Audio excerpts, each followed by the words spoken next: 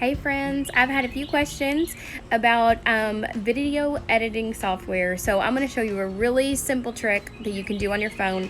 If you have an iPhone, you can use clips for any of your videos for distance learning, for editing, and it saves so much time. It's so user-friendly and very easy. You just record on your phone, take pictures on your phone, and then pop them into clips and you have a video. I'm going to tell you how I do voiceovers, how I bring in videos and pictures I already have. You can add stickers, you can add text, you can add captions, you can download it and save it and then upload it to a YouTube channel, put it here on Facebook, put it on your blog, send it out to families, however you would like to distribute that. It's very easy, right from your phone, and here's how I do that. I'm going to show you a few screencasts. I'm going to open clips on my phone. I'm going to click Create New. It's going to automatically bring up my camera. You can record directly from your camera. You just press that little pink bar and hold it up. You'll see I just recorded myself. You can also go to Library and choose from any photos that you already have. You'll see I'm looking through, or you can choose a video. I think I'm going to choose a video first to put in here. So again, you can just pull that bar up and it will begin putting the video in. You can see that at the bottom of the screen. You can see it tracking and recording. I'm going to stop it wherever I want to. I'm going to go back to my library now and I'm going to select a photo to bring in.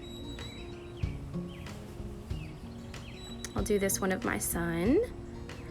Again, I hold that bar up and I can make it bigger or smaller by just using my two fingers to push and pull the screen. You saw how I resized that.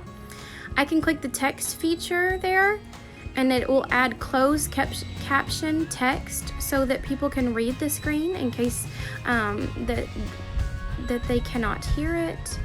So it adds closed caption. I can click text and also add text directly onto the screen that everyone can see without closed captions. I can move it around, put it there.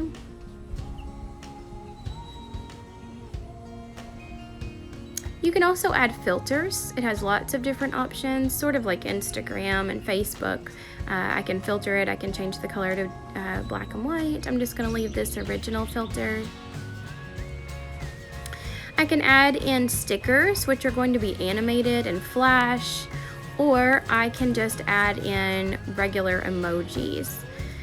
So you'll see here I added in a couple of stickers. I decided I didn't want them, so I deleted them. I decided to put the heart in. And then I can go over to emojis and I can add a traditional emoji heart too. Now I can go back and I can edit anything. So I've clicked that first video I brought in. I clicked trim and it's going to let me take it out. I can make it as long or as short as I want it to be. I can also split by hitting the split key, and that's going to split that video into two pieces. It cuts it right wherever I tell it to. This is helpful because it allows you to maybe trim out the center of a video that you might not want, if there's a lot of pause in there or something, or a mistake. Now I can click posters, and this is where you'll add titles or chapters to kind of divide your videos up. Here I'm adding a title slide in, how to use clips. Now to get this title in, just like you do with your pictures, you slide that pink bar up, and just for however long you want your transition to be. I usually do a couple of seconds. And then I'll just drag that wherever I want that poster to be. Another cool feature is scenes. You can select that and it will change your background. This is a monster lab. And then to record it, I record exactly the same way I do as if I'm just using camera. I'm just going to hold that bar up again and record. You can also click on any of the videos or any of the clips that you've put in, and you can mute that by just clicking the mute key. If it's something you brought in from your library, you can either mute the original sound or mute your voiceover sound. When you press that little pink bar and you hold it up, it's going to automatically start recording your voice like a voiceover. What I'm showing here in the top right corner, if you click the music notes, you can actually add a song in, and that's going to be your background now. Lastly, if you want to save, you're going to click the little box at the bottom with the arrow up. It will bring up this menu.